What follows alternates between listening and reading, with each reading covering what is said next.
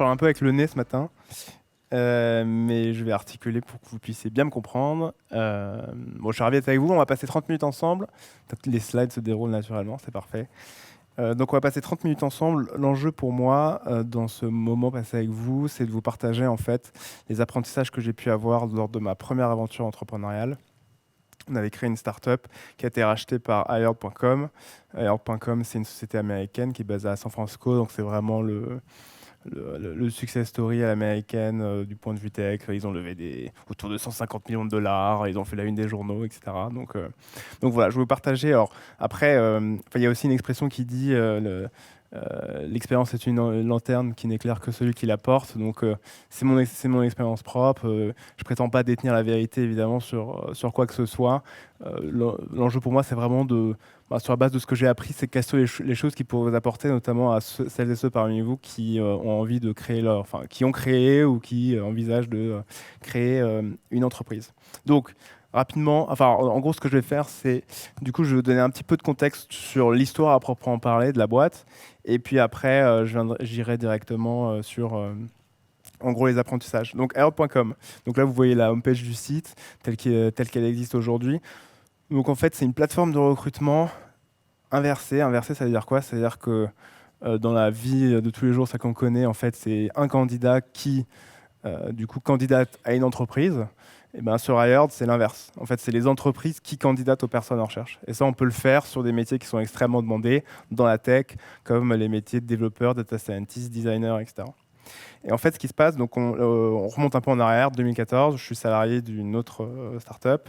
Et en fait, on est dans un immeuble avec eFounders, le studio de start-up, et puis il y a quelqu'un qui bosse chez eux et qui un jour, à une pause, clope, il vient me voir et il dit ouais, écoutez, en fait, les gars, moi, il faut que il faut que je recrute, j'arrive pas, que je contacte des gens que je souhaite recruter sur LinkedIn, ils me répondent pas, le marché du recrutement est cassé, il faut regarder ce qui se passe aux US, etc. Et donc, du coup, il fait de ses recherches, il découvre sur Hired, et en fait, on découvre ce modèle recrutement inversé, on se dit, mais genre, c'est hyper smart, ça vaut peut-être le coup de tester s'il n'y aurait pas la place pour faire ça sur le marché français. Et donc, en gros, c'est un peu, je vous ai mis deux, trois images du début de notre aventure, quoi. Donc, juste pour vous montrer le côté bootstrap, c'est-à-dire le côté vraiment, on commence à bosser dans une cuisine. Alors, enfin, à la base, on était tous donc encore salariés. Donc, c'est vraiment genre, en fait, on a juste développé un site. Il fallait qu'on chope des candidats d'un côté et des entreprises de l'autre. Et donc, enfin, vous voyez, genre, moi, par exemple, je suis en bas, à l'époque, j'avais même pas de budget coiffure, quoi. C'est vraiment à l'arrache. On est dans la cuisine d'Edouard. Après, on était dans une petite maison de vacances. Notre première photo dans un média de tech. Enfin, voilà, j'ai l'impression d'avoir 12 ans, quoi, sur la photo. Donc, c'est vraiment ce côté bootstrap. En fait, on lance un site. Enfin, on n'a pas de boîte qui est créée. Enfin, on n'a pas de pack d'actionnaires. Il n'y a rien de tout ça, quoi. Et en fait, donc, ça prend. Et en fait, on réalise même 2 embauches. Donc, en fait, on est en capacité de se faire rémunérer par des entreprises, mais notre boîte n'est même pas créée. Donc, en fait, on a vraiment fait le truc en étant très lean, quoi. Hein. Il y a ce précepte qui dit que si vous êtes fier du produit que vous lancez, c'est que vous avez lancé trop tard. C'était vraiment l'idée, quoi. C'était vraiment, on bossait très sérieusement, mais on était un peu à l'arrache. Et du coup, dès qu'on a vu que ça marchait, on a décidé, comme on était salarié, on a négocié une rupture conventionnelle, on est tous passés au chômage et pour pouvoir se consacrer à ce projet à temps plein. Et donc, c'est devenu donc Breeze.io. Et ça, c'est genre, j'ai eu une petite larme à l'œil quand j'ai vu notre enseigne homepage à l'époque. Donc, enfin voilà, en gros, pendant un an, en fait, si vous voulez, on développe cette entreprise. Enfin, en gros, en un an et demi, on va faire 1 million de chiffre d'affaires. On n'a jamais levé de fonds, donc c'est vraiment... c'était avec nos mains. Enfin, on était très focus sur l'exécution. Je ne vais pas trop en parler maintenant, parce que je ne vais pas trop appuyer là-dessus. Il y avait déjà beaucoup de lectures à faire là-dessus, mais si vous avez des questions, on pourra revenir là-dessus après.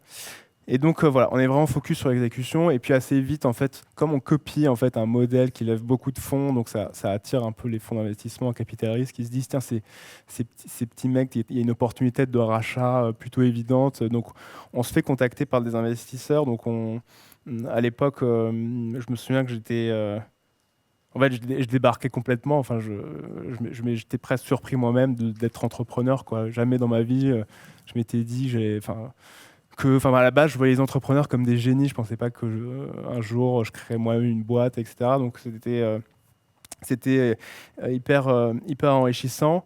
Et puis, en fait, il se trouve que un jour, il y a en fait une personne qui tweet en anglais et qui dit bah, l'Europe a son hired.com, s'appelle Breeze.io, donc le nom de notre boîte. Et en fait, dans l'heure qui suit, en gros, on a des personnes de Hired qui s'inscrivent chez nous. Et donc là, c'était un peu genre sommet de carrière, genre pou pou pou, les frissons et tout, parce qu'on se retrouve avec genre le directeur marketing de Hired.com qui s'inscrit, qui sign up chez nous, et d'autres personnes qui créent en plus des faux comptes. Donc c'est-à-dire qu'il y avait une sorte enfin, c'était hyper amusant, quoi. Il y avait une sorte d'intérêt pour ça, enfin pour nous, quoi, ce qu'on faisait. Et donc du coup, enfin voilà, ce qui est amusant, c'est que en fait, du coup, on entre en contact avec eux et on commence enfin, voilà, à échanger avec eux et on réalise qu'on a des clients en commun parce qu'ils recrutent à la fois en France des développeurs et puis également aux États-Unis. Et puis assez vite, on se retrouve en discussion avec les fondateurs de Hired qui sont enfin, voilà, genre en Silicon Valley, c'est des personnes qui ont déjà monté, revendu des sociétés X centaines de millions de dollars. Donc moi, étant par exemple genre fils de fonctionnaire, je suis très impressionné quoi, par cet environnement-là. Et puis, du coup, enfin, c'est une période, alors, du coup, il y a une photo qui symbolise ça. C'est genre, par exemple, à certains moments, quand on envoyait des emails. Donc, en fait, assez vite, ailleurs, ils manifestent leur intérêt de nous racheter. En fait, eux, ils sont dans une logique d'expansion, la Uber, à cette époque-là. Donc, ils lancent ville par ville. Et du coup, leur problématique pour Paris, c'est est-ce qu'il vaut mieux qu'on recrute une équipe sur place ou qu'on rachète l'un des concurrents locaux. Et donc, du coup, forcément, cette perspective-là de rejoindre l'aventure, elle est hyper excitante. Donc, voilà, donc assez vite, on débute des négociations avec eux. Et là, il va se passer un truc voilà, qui nous est propre. C'est que, en fait, pour vous donner une idée, genre en avril, mai à peu près, ils nous manifestent l'intérêt de nous racheter. Donc, on commence à débuter des négociations formelles, financières, sur le deal, etc. Et puis, donc l'idée, c'est de closer le deal à l'été, quoi, en août. Donc, c'est en 2015. Et en fait, il y a un changement. Donc, en plus, c'est des signatures d'accords confidentiels dans tous les sens, etc. Et puis, en fait, il y a un changement de management de leur côté. Ils changent de CEO. Et donc, il y a un nouveau CEO qui est en place, qui n'est pas l'un des cofondateurs. Et lui, en fait, son objectif, ce qu'on ne sait pas nous à cette époque-là, c'est que lui, son objectif, c'est de réaliser une nouvelle levée de fonds. Sauf que nous, on n'a pas cette information, en fait. Nous, on est là, bah voilà, on a la start-up à Paris, on pense que le deal va être clôturé d'ici la fin de l'été. Et donc, en fait, tout d'un coup, en fait, si vous voulez, alors là où en fait, quand on les échanges d'emails d'avocats entre les nôtres et les leurs, au début, c'était rapide, c'était genre plusieurs fois par semaine. Et puis on commence à entrer sur du temps long, parce que forcément, eux, sur leur to-do list, hein, donc racheter la petite boîte à Paris, enfin, petite boîte de leur point de vue à eux, hein, pour nous, forcément, c'est l'expérience de notre vie, ça devient moins prioritaire, quoi. Donc ça, nous, on n'a pas cette information, donc en fait, on commence à se dire, mais qu'est-ce qu'ils veulent? Est-ce qu'ils veulent vraiment nous racheter? Est-ce qu'on ne va pas en fait se faire complètement avoir à la fin de l'histoire, etc. Donc on va passer plusieurs mois, si vous voulez, où on commence à réfléchir à notre V3. Enfin bref, on tergiverse énormément et c'est une période très difficile où on ne sait pas du tout ce qui va se passer. Et finalement, en fait, ils reviennent un peu comme des fleurs dans les négociations à la fin de l'année. Donc, genre vers novembre-décembre, en disant en fait, désolé les gars, on faisait une levée de fonds, mais maintenant, on peut y aller, on y va, allons-y, allons signer le deal, etc. Et puis nous, là, à ce moment-là, vous pouvez vous mettre à notre place. Nous, on se dit, mais les gars, vous êtes trop mignons, mais en fait, ce qu'on a négocié en avril ne peut plus être d'actualité pour novembre, parce que nous, on est en pleine croissance. Enfin, tous les mois, on augmente notre chiffre d'affaires. On va faire 1 demi-million de chiffre d'affaires. On n'a pas levé de fonds. Enfin, on est sur un marché hyper lucratif. Donc, en fait, il y a une sorte de renégociation. Il y a ce moment il y a ce moment un peu charnière après au Noël, où on ne sait pas si ça va aller au bout ou pas. Et puis finalement, on lock le deal et ça se fait à la fin de l'année 2015. Et donc là, en fait, c'est le basculement. Donc c'est le basculement en fait, si vous voulez, d'un monde où vous réfléchissez en permanence à combien d'argent vous dépensez par jour. Enfin, vous êtes très précautionneux sur votre budget marketing, sur plein de choses, sur le business. À un autre monde où du coup, bah, c'est le rachat, on va à San Francisco. Enfin, À titre personnel, genre j'ai toujours grandi dans cette image des États-Unis comme un peu le grand frère, enfin la nation qui est la première puissance mondiale. Donc ils ont compris plein de trucs qu'on n'a pas compris, etc. Donc on était, enfin voilà. Donc l'aventure, enfin et donc on devient salarié du coup de Hired. Donc ça c'est début 2016. Donc donc ça c'est le contexte en gros. Il y a un certain nombre de choses qui donc avant et après l'acquisition qui m'ont frappé, qui sont des apprentissages qui sont importants pour moi et du coup que je veux vous partager par rapport à ça. Le premier, c'est en fait, en tant qu'entrepreneur, il y a un conseil vraiment génial que j'ai reçu de quelqu'un qui avait, qui avait créé lui-même sa société, qui s'était fait racheter. C'est en fait, de définir ses objectifs. Alors ça sonne un peu, comment dire, un peu bateau comme ça. Qu'est-ce que j'entends par là? J'entends par là plusieurs choses. La première, en fait, c'est avec vous-même, définir vraiment ce que vous voulez faire de votre boîte, en fait. Est-ce que vous voulez une boîte un peu lifestyle et du coup, voulez-vous rémunérer avec une petite équipe pendant, je sais pas, genre 5-10 ans et faire d'autres choses? Ou alors est-ce que vous voulez une histoire plus grande et lever des fonds et attaquer des marchés étrangers? Et est-ce que vous voulez de la notoriété ou est-ce que vous voulez des gains financiers personnels? Genre, est-ce que vous voulez contribuer? Enfin, c'est hyper important ça de le définir avec vous-même et ensuite d'échanger avec vos associés potentiels ou vos associés pour voir s'il y a un alignement ou pas. Parce que si vous n'êtes pas aligné, ça va être vraiment compliqué là-dessus, quoi. Si vous voulez faire une boîte lifestyle, mais que votre associé il veut vite lever des fonds et conquérir d'autres marchés, etc., ce problème d'alignement est problématique. Donc ça, c'est plus de vie. Mais après, financièrement, il y avait donc cet investisseur qui s'était fait racheter sa boîte, qui nous avait dit, en fait, il faut que chacun d'entre vous, vous définissiez combien d'argent vous voulez gagner dans cette entreprise. C'est-à-dire, si votre objectif, c'est de vous faire racheter, bah, combien d'argent, concrètement, chacun vous voulez gagner, quoi. Et en fait, du coup, de construire un business plan basé sur ça. C'est-à-dire, si vous voulez gagner, je sais pas, genre... si votre objectif, c'est l'argent, ok. Enfin, si votre objectif, c'est le rachat, donc l'argent derrière, genre combien d'argent vous voulez gagner? Si vous voulez gagner 1 million d'euros, je dis des trucs en l'air. Si vous gagnez 1 million d'euros, ok, donc vous avez 30% d'entreprise, donc vous voulez gagner 1 million, donc il faut vendre plus de 3 millions la boîte. Donc, c'est-à-dire cette boîte, vous la vendez dans combien d'années? Est-ce que vous la vendez dans 5 ans? Donc, ok, donc dans 5 ans, vous voulez vendre cash une boîte plus de 3 millions d'euros. Donc, en fait, pour qu'il y ait cette valorisation-là, ça veut dire combien de chiffre d'affaires, combien de clients, quelle croissance, etc. Et du coup, vous construisez le business plan en fait en reverse, quoi. C'est-à-dire, en fait, vous revenez à aujourd'hui et du coup, vous dites, demain, en fait, par rapport à mon objectif, et l'objectif de la boîte, qu'est-ce qu'on doit accomplir, en fait, par rapport à cet objectif pour y arriver. Donc ça, je trouvais ça vraiment pas mal. Enfin, c'est un truc qui nous a vachement aidé parce qu'on était quand même, on était, comment dire, on était mignons, quoi. On était pris dans le flow et ça nous a permis de prendre un peu de recul et de nous poser les bonnes questions. Le deuxième, c'est, en fait, comme au début on était tout petit, on n'avait pas, on avait très peu de budget marketing, donc on a fait, on écrivait beaucoup d'articles qui étaient partagés dans les médias, tech notamment. Donc bon, ça, par exemple, ça c'était un des vieux articles. Alors, comment la startup Breeze a pu séduire plus de 70 entreprises en 3 mois? C'est vraiment quand je l'ai relu, je me suis dit, mais c'est pas du tout impressionnant, que ce soit le chiffre. Enfin bref, c'est assez pourri, mais en fait à l'époque, l'écosystème tech était plus petit, et c'était aussi plus facile de faire la une. À l'époque, vous levez 1 million, vous étiez un peu les rois. Maintenant, vous levez 1 million, tout le monde s'en fout. J'ai l'impression que personne n'écoute. Et en fait, alors ce que je veux dire par si tu fais du bruit, la suite de la phrase, c'est si tu fais du bruit, tu vas avoir plus de concurrents. C'est-à-dire que nous, ce qu'on a fait, c'est qu'on a créé sur tous les toits, on cartonne, c'est la folie, on est en train de casser le marché en deux, etc. Et en fait, du coup, ça a attisé évidemment des convoitises. Alors nous, on était dans le recrutement, donc il y a des cabinets de recrutement qui ont lancé des solutions comparables à la nôtre. C'est-à-dire, eux-mêmes, ils copiaient ailleurs, donc c'est assez drôle. Donc nous, on copiait ailleurs, et puis il y avait des cabinets qui nous copiaient nous ou qui copiaient ailleurs. Enfin, c'était les poupées russes, quoi.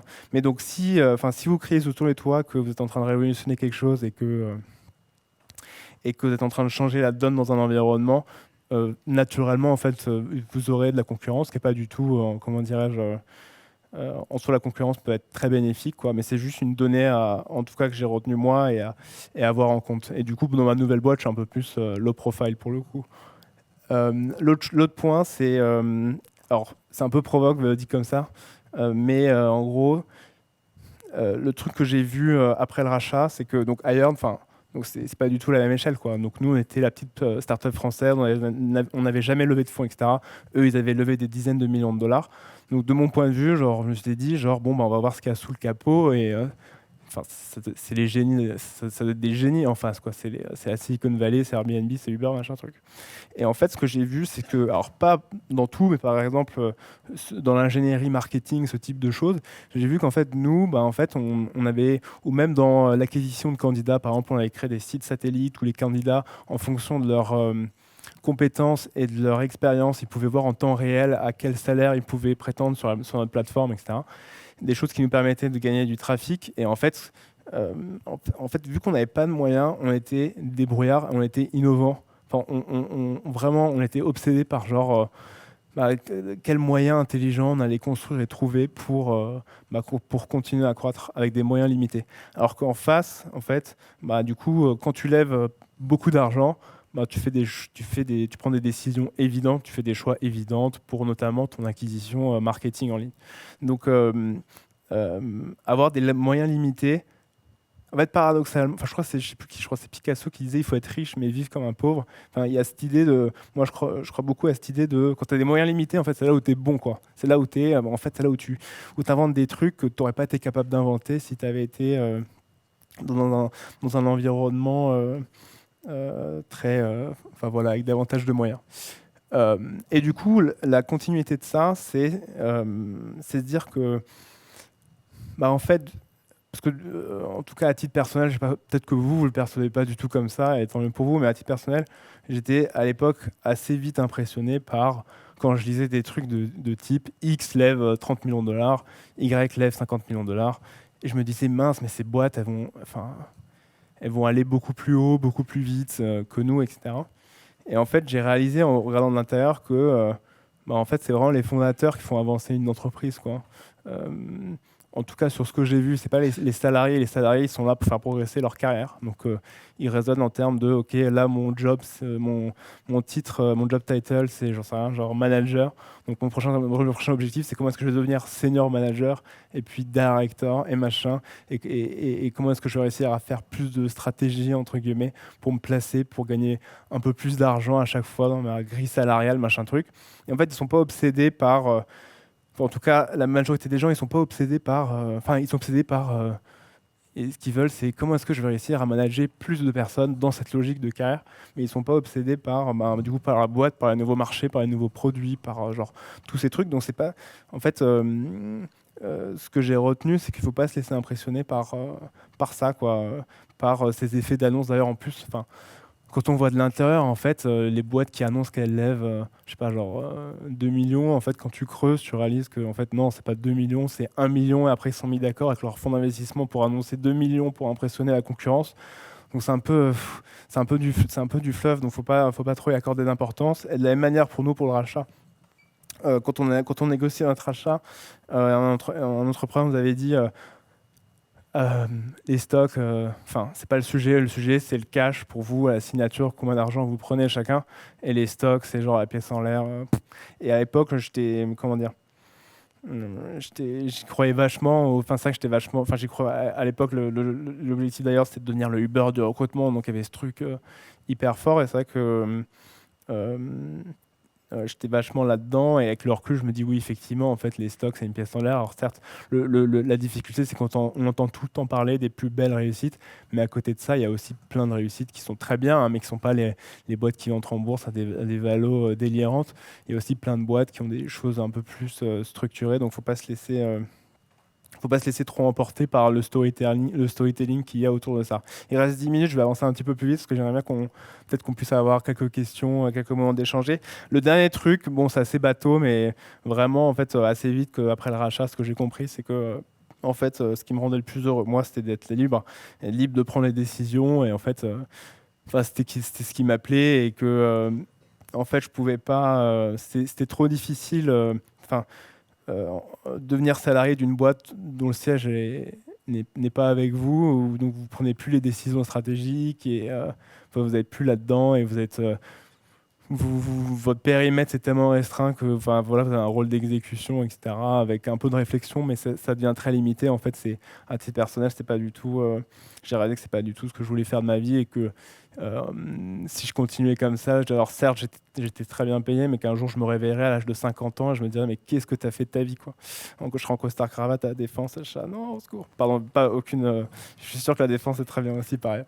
Euh, alors, du coup, j'en termine par là. En fait, ce que je fais aujourd'hui, c'est la chose suivante. Donc, en fait, je me suis réassocié avec l'un de mes anciens associés. On a lancé il y a 2 mois Secret.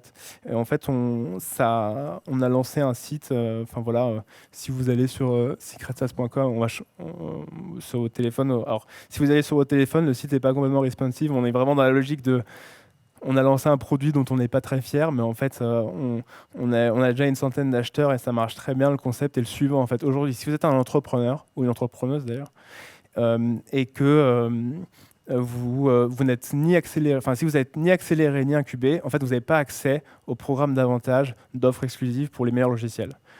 Parce que bah, du coup, vous n'êtes pas dans le microcosme parisien, etc. Et donc, nous, on crée le premier programme d'avantages, donc d'offres exclusives sur les meilleurs logiciels pour les entrepreneurs.